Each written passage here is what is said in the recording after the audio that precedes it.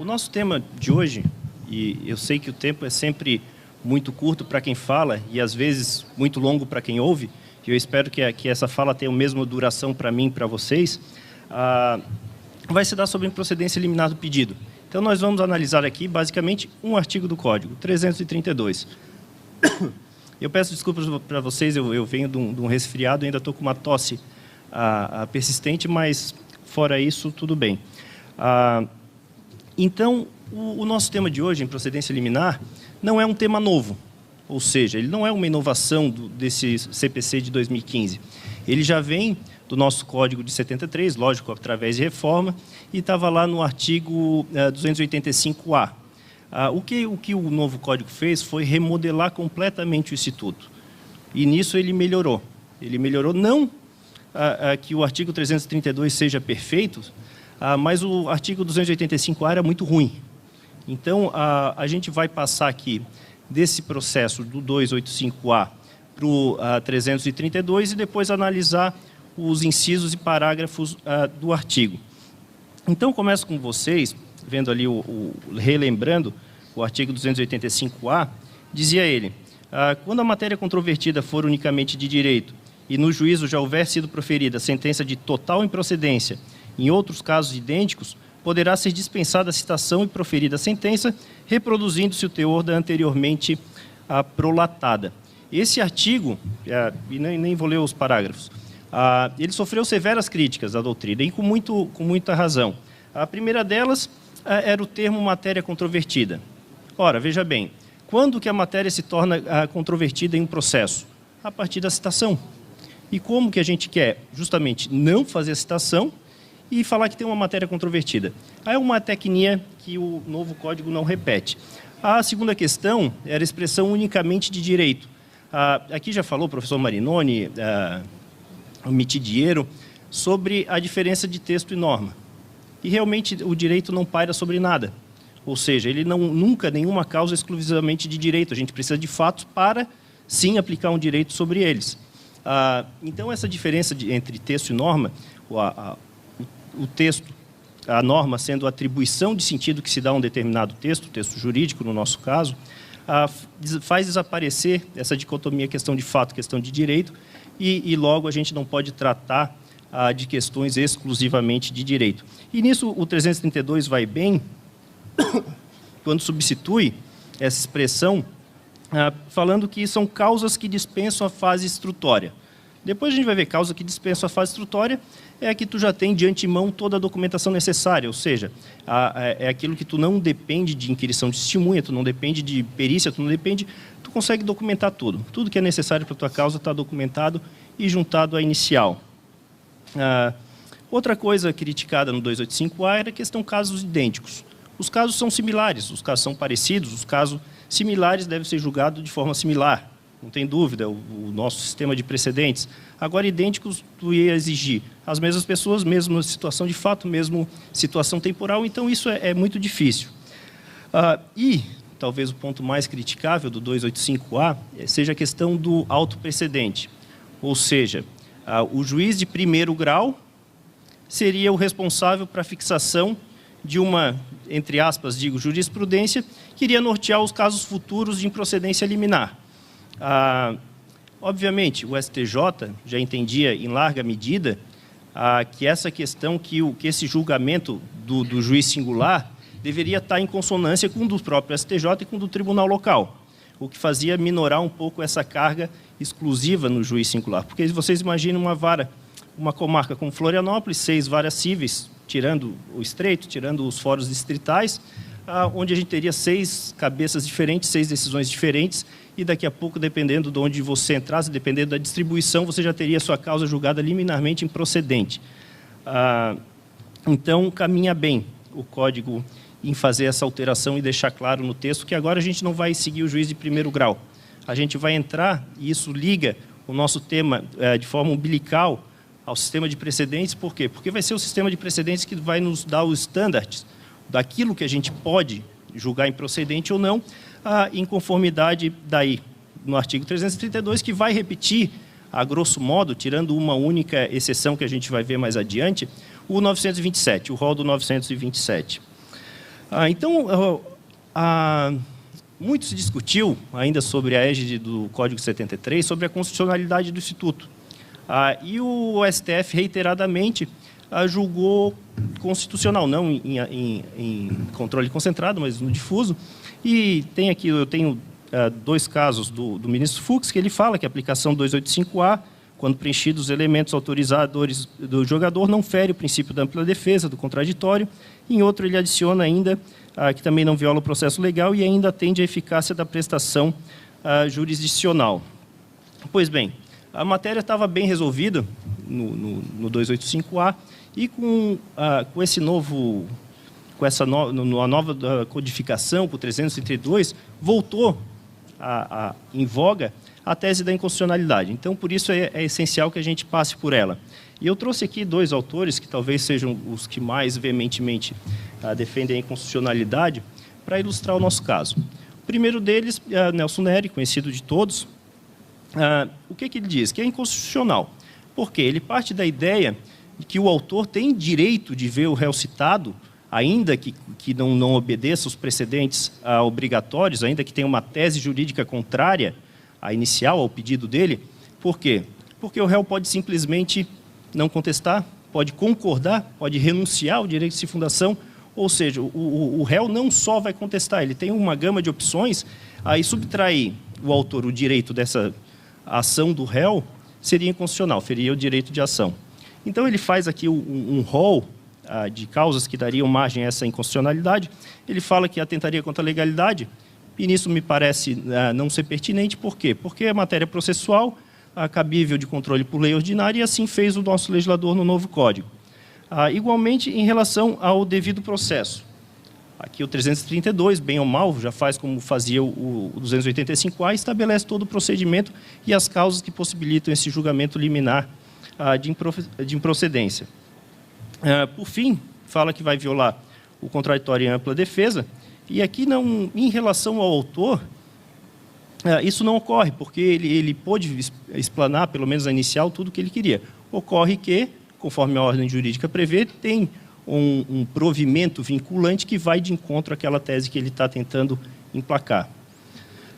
E, por fim, ele ainda fala do princípio dispositivo, e aqui, primeiro, não seria, eu acho que, uma questão constitucional, e, segundo, não há o juiz nem se substitui à parte, ou seja, ele não assume o papel que é exclusivo da parte fazer, porque a ele cabe o controle de legalidade dos atos do processo, e também não há uma ampliação na questão fática da lide. Então, por um caso ou por outro, seria descabido o dispositivo. Talvez isso é o que ele já falava em relação a esse artigo e ao 285A. A novidade talvez seja, e daí trago aqui o Jorge Abud, né, orientando do Nelson Neri, que ele vai fazer uma tese diferente. Ele vai se voltar, basicamente, contra o artigo 927. Ele vai falar que o 927, tirando os 2 primeiros incisos, que tratam do controle concentrado de constitucionalidade de súmula vinculante, são inconstitucionais. Por que seriam inconstitucionais?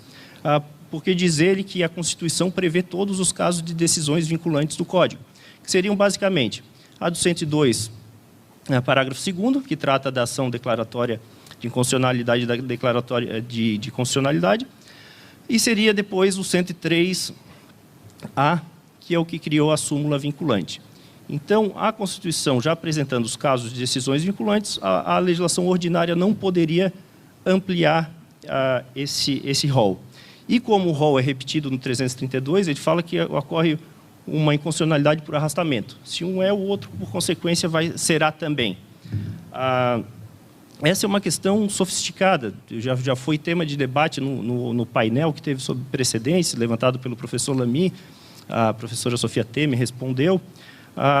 É uma questão que eu venho me debatendo sobre ela, não tenho uma posição firme a respeito, mas acredito que seja ainda defensável a constitucionalidade do artigo.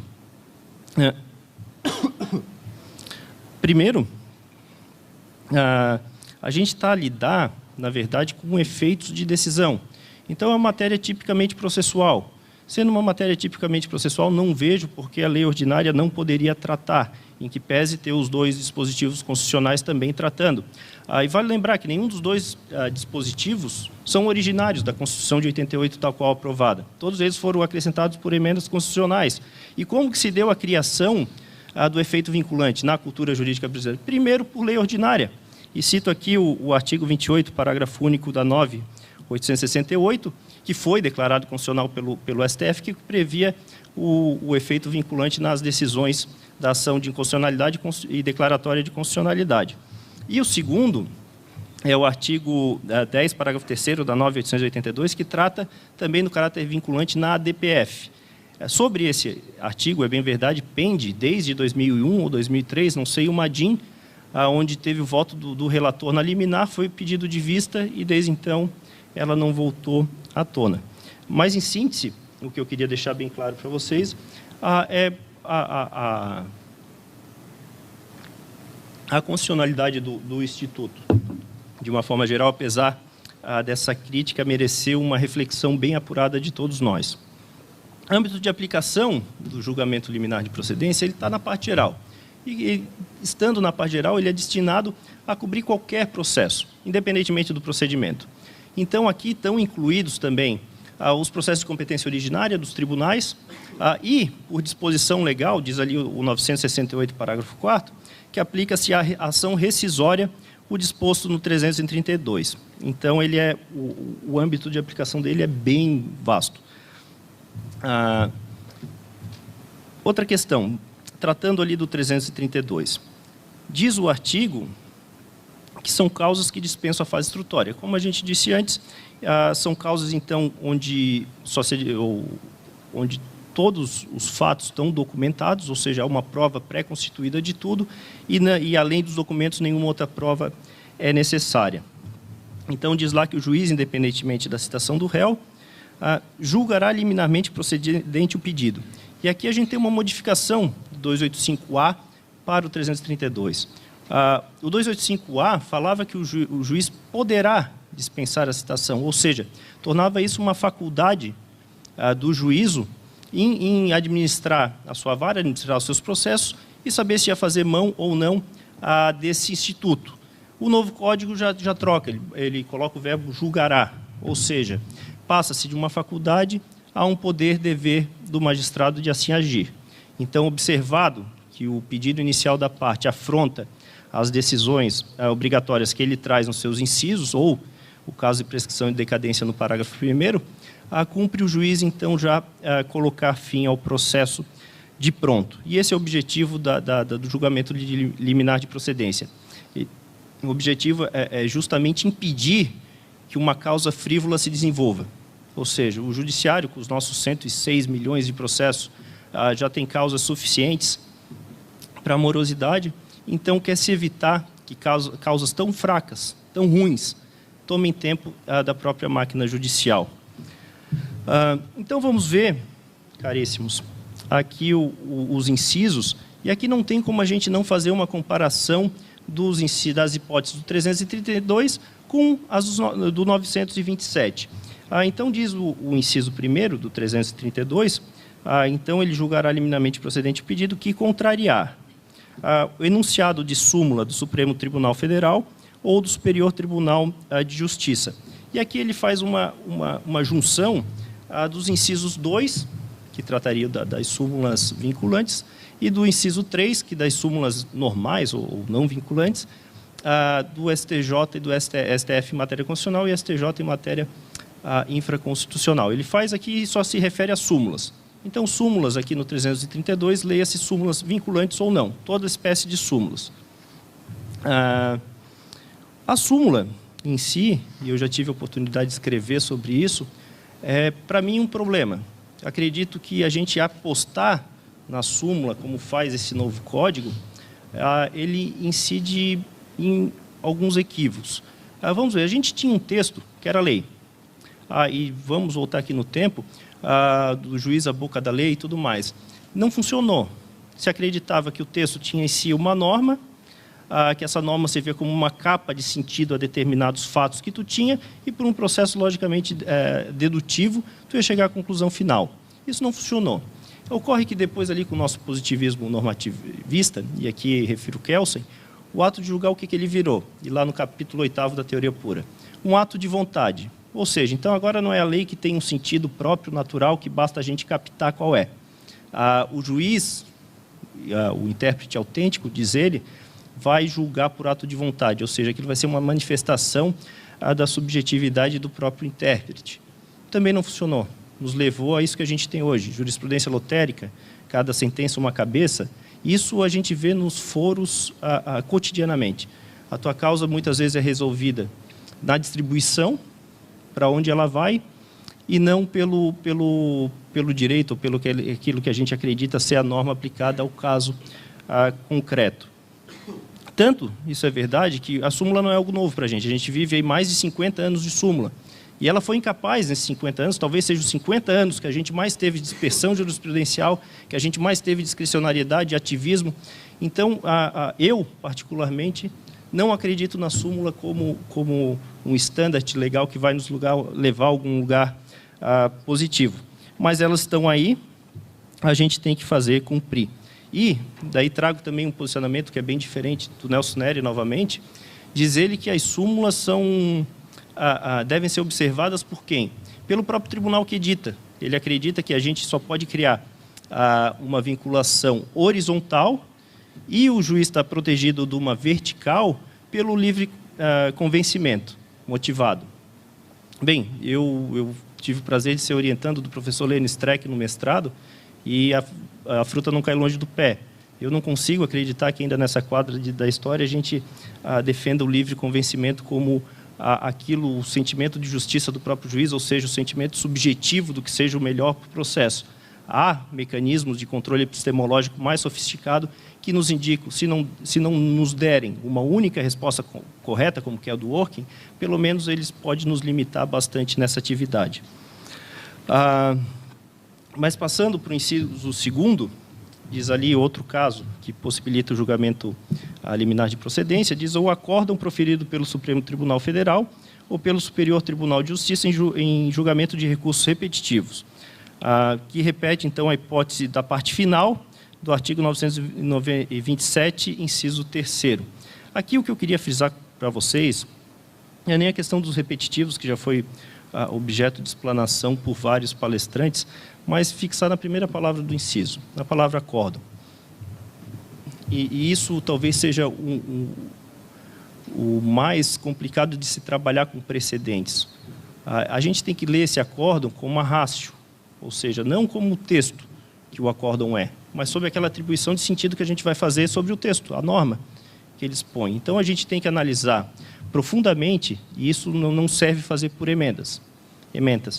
Aqui o Oscar, que me antecedeu, já falou isso, pude ouvir o Alexandre Câmara falando sobre isso. A ementa do julgado ela é importante, acho que muito mais para a biblioteconomia, para a arquivologia, como é que tu vai acessar, como é que tu vai buscar essa informação. Dali em diante é um trabalho difícil, mas necessário. A gente tem que ler profundamente relatório para saber a postura processual do que aconteceu, a fundamentação para saber efetivamente lá encontrar os motivos determinantes que levaram a corte a decidir de forma X ou Y ou Z, para depois ver o dispositivo e esse core, essa holding, a gente vai tirar disso tudo, numa simbiose disso tudo. E, obviamente, em cortes, por exemplo, americanas, o que se discute hoje é o limite da ratio de cada julgado. As partes não divergem qual é o julgado, qual que é o precedente aplicável, mas umas tentam comprimir essa ratio para que não abarque o seu caso e outras tentam estender. E essa é a grande briga dos advogados nos tribunais.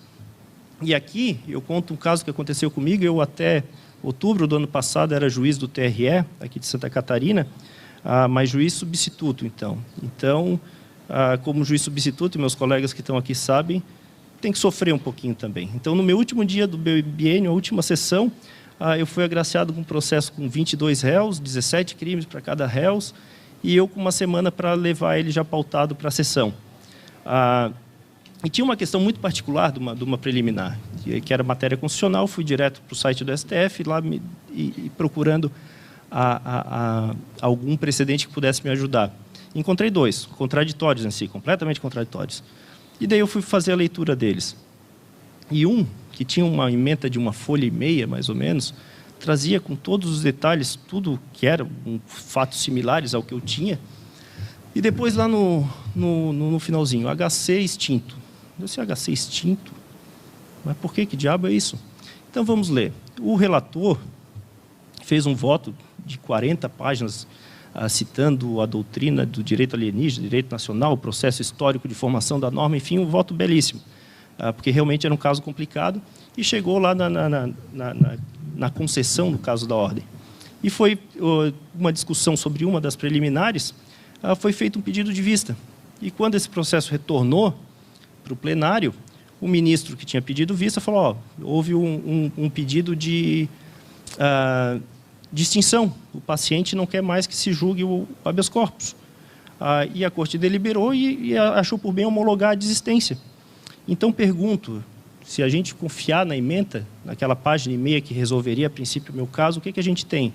A gente tem tão somente a posição do relator. A gente tem tão somente de uma corte de 11, ou lá 5 de uma turma, nós temos a posição de um, que não é a posição. Qual é o resultado final? O processo foi extinto, não foi analisado o mérito. Então, tudo aquilo que não leva a essa extinção por mérito, que é a homologação do pedido de desistência, o que será? Obter dicta. Por mais bonito, por mais completo, por mais tudo que aquele voto seja, por mais que seja do STF, não vale. Não é, pode ser persuasivo. Agora, não vai vincular. Não me vinculou e não vincularia qualquer juiz. Então, esse cuidado a gente tem que ter quando está lidando com o precedente, quando está lidando com essa nova forma de fazer o argumento jurídico, e o expositor anterior bem falou sobre isso. O artigo 489, eu acho que é um divisor de águas. Ele representa, e não só para a magistratura, principalmente para a advocacia, que vai ter que, na petição inicial, mostrar o caso, quais são os fatos dele, por que os fatos são parecidos com o meu e por que a mesma ideia jurídica, a mesma consequência jurídica deve acontecer nesse meu caso também. Passando ao inciso 3º, o entendimento firmado em incidente de resolução de demandas repetitivas ou de assunção de competência, que repete aqui a hipótese do 927.3. Aqui eu vou me abster de fazer muitos comentários, porque o meu tempo já está acabando e eu tenho muito o que falar ainda para vocês. O 4, enunciado de súmulas de Tribunal de Justiça sobre direito local. Aqui é a única divergência, a única diferença do 927 para o 332. Por quê? O que vai falar o 927.5? A orientação do plenário ou órgão especial aos quais estiverem vinculados, os juízes. Nem toda orientação, nem toda decisão, seja do pleno ou do órgão especial, vai virar súmula. Então, aqui no 332, a gente tem exclusivamente a súmula sobre direito local, que restringe o âmbito de aplicação. Há quem entenda que a gente tem que ler essa súmula como se estivesse lendo o 927. Eu, particularmente, discordo. Eu acho que por 2 motivos. Primeiro, a liberdade de conformação do legislador. Ele poderia ter repetido a fórmula 227 e resolveu não fazê-lo. E é lícito que ele faça isso. Ele tinha um âmbito de escolha, ele fez uma das possíveis. Então, não vejo qualquer problema. Principalmente, e esse é o segundo motivo, porque a gente está aqui numa excepcionalidade, a gente está acabando com o processo desde o início. Então, por ser uma escolha mais restritiva, para uma hipótese mais restritiva, ela fica de bom tamanho, entendo que não tem problema algum em ler esse inciso exclusivamente tal qual ele é escrito. E vamos para o 5º e último caso, daí aqui a gente foge um pouquinho dos precedentes, que seria o caso de decadência e prescrição. Aqui 2 coisinhas para falar rapidamente, porque a Ju me falou que eu tenho 5 minutos. Primeiro, o 332 foi planejado para que a sentença fosse prolatada depois da inicial, sem idas e vindas. E há um reforço no 487, parágrafo único, e que, nesses casos, o juiz não precisa dar vista da parte anterior, ou seja, uma exceção ao artigo 10. Então, aqui, se nós entendemos o artigo 10 como uma antinomia de 2 artigos de uma lei ordinária, a gente resolve isso fácil. Né? Vale a especial, 487, e o julgamento se segue. A questão é que, se a gente entender o 10 como uma simples enunciação já do comando constitucional, a gente começa a ter problemas, que a gente vai começar a fazer o controle de constitucionalidade sobre isso. E o segundo ponto que eu queria destacar desse inciso é a decadência convencional, ou seja, ela pode ser legal, aquela lá do artigo 200 e pouco do Código Civil, ou as partes podem convencionar a decadência sobre determinado assunto entre elas tratado. E, nesse caso, o juiz, daí, por disposição da própria lei civil, do Código Civil, ele não está autorizado a fazer sem ouvir a parte contrária.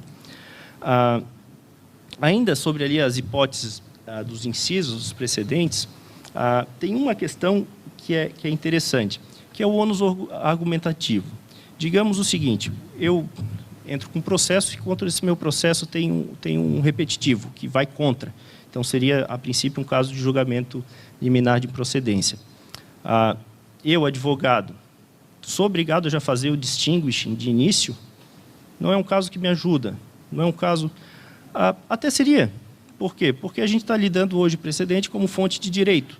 Como fonte de direito, ele passa a ser integrante da ordem jurídica. Nós, como profissionais do direito, somos obrigados a estar conscientes de qual é a ordem jurídica que a gente faz determinado pedido.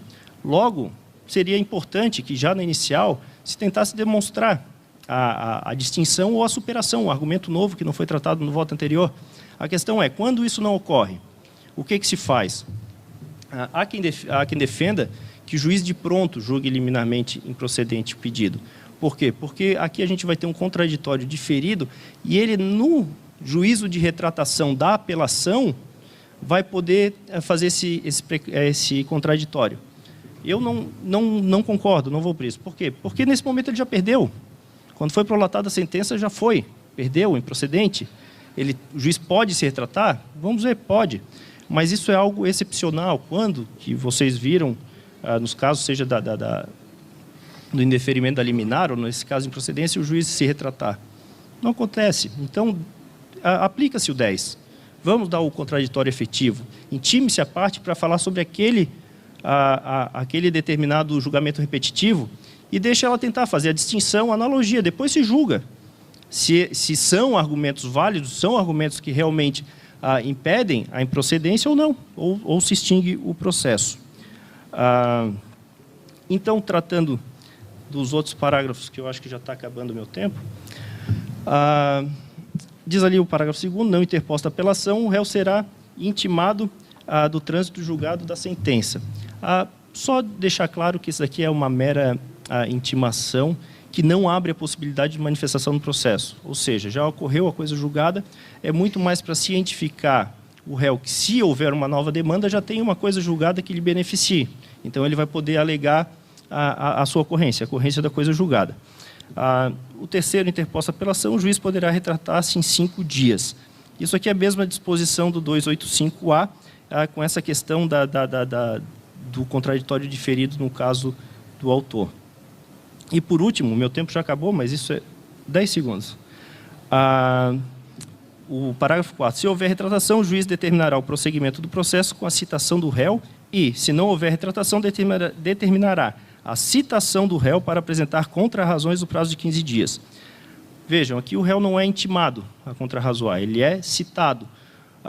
O Pedro Miranda já falou lá, em algumas hipóteses, do caráter anômalo das contrarrazões de recurso, né, quando ele falou que o autor apelado, que saiu vitorioso, pode impugnar em contrarrazões uma decisão interlocutória não agravável, porque ele não pôde fazer isso no curso do processo. Aqui, parte da doutrina quer transformar essa contrarrazões em resposta. Por quê? E essa é a consequência prática. Se o tribunal mantiver a sentença, não há problema nenhum. Se ele cassar a sentença, também não há problema nenhum. O processo volta e segue. O problema é, ele pode reformar a sentença e julgar de pronto procedente o pedido? É aí que a gente se bate, é aí que a doutrina diverge. Alguns falam que pode. Usam o quê? Artigo 1013, parágrafo 3º, a questão da causa madura. A causa já está pronta para julgamento. Julgamento é tudo documental, passa-se ao mérito de pronto. E, por isso, justificam o réu é citado e não intimado para contrarrazoar. Isso me parece difícil. Aqui eu acho que há razão o professor Medina, que defende essa impossibilidade de reversão do julgamento. Por quê? Porque se essas contrarrazões servir de contestação, e aqui contestação com o princípio da eventualidade, se alguma coisa não for legada, com revelia, com tudo. Nós temos que dar chance do réu fazer prova. Ou seja, ele, no bojo da apelação, ele vai juntar documento novo. Esse documento novo vai exigir que a outra parte tome ciência. Esse documento pode ser falso, pode ser, enfim, já foge do rito todo da apelação.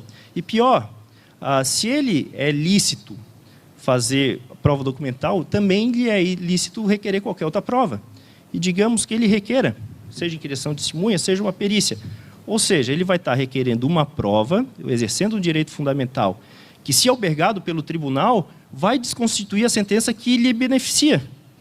Então, o processo vira um jogo. Ele tem que saber se ele pede a prova, sabendo do risco que a sentença pode ser anulada em relação a isso. Então, é muito confuso. Eu acredito que, se nós deixarmos a contrarrazões como contrarrazões, contestação como contestação, a gente caminha melhor. O processo segue com menos imbróglios.